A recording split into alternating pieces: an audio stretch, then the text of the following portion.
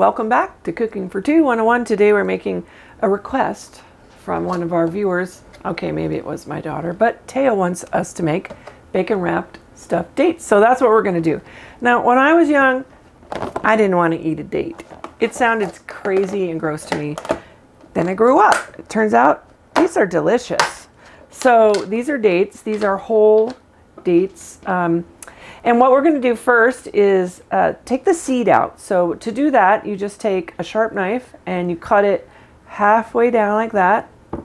And you peel it open. And there's a little seed in there. And you have to take this out. You don't want to eat that. But while you're at it, you want to take this little stem off if it's in there. Okay? So that was one. I'm going to do one more. Take this little stem off.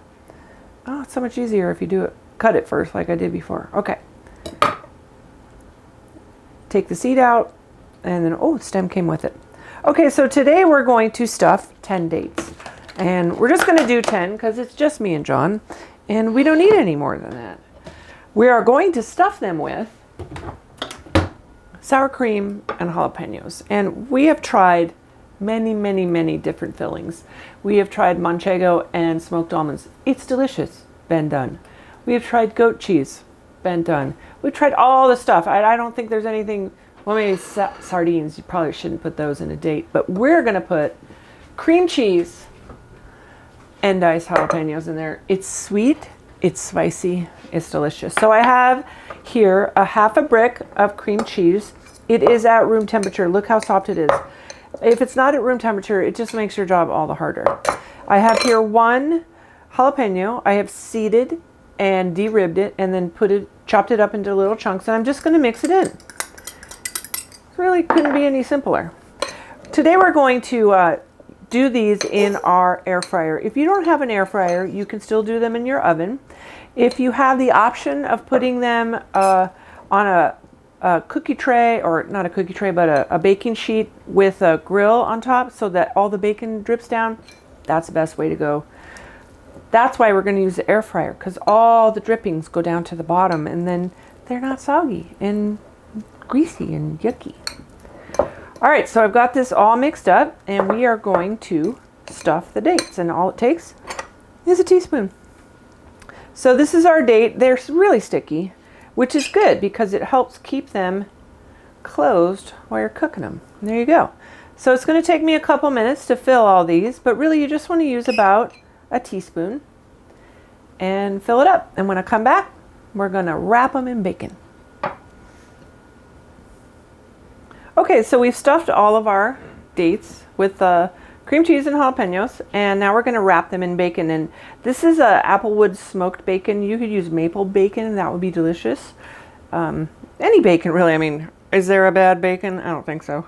I have here 5 pieces that I've cut in half, because we're just going to use a half a piece per date. And then I'm just going to skewer them from one side to the other like that so the bacon stays on while it's cooking.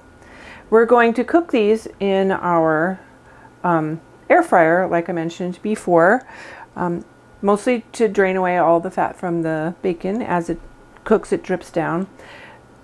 That being said, you could make these without bacon. Let's say you don't want to eat any bacon, or you're a vegetarian or a vegan. But dates are delicious, so you could totally make this without the bacon, but you might still want to close the dates with a toothpick so that when you're cooking it, the cream cheese doesn't run out.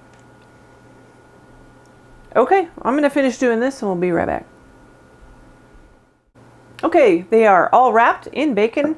I put one toothpick which secured the front flap to the back flap. Now we're going to put them in the air fryer. You can do this in the oven, like I said.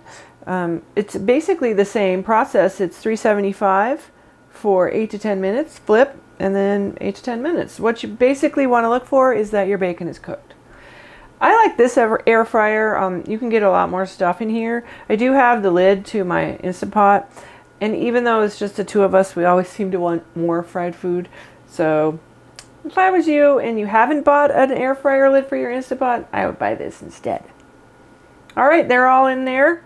Have fun, friends. We'll see you in a minute. And we're going to cook it today at 375 for 8 minutes to start, and then we're going to turn them over and do it for 8 more minutes. Ready to go? See you in a bit. Okay, so it's been 8 minutes. We're going to check it out. Ooh, the bacon's just starting to cook. The cheese is just starting to melt. And now I'm going to turn them about, what's that, 45 degrees? To one direction. Just turn them all. We don't want them to stick to the bottom, number one. But in an air fryer, sometimes you just want to move stuff around. We could flip them, but then all the stuff would spill out. Nobody wants stuff all spilled out in the bottom. You can't eat that stuff. All right, we're going to go back in 375 for another 8 minutes.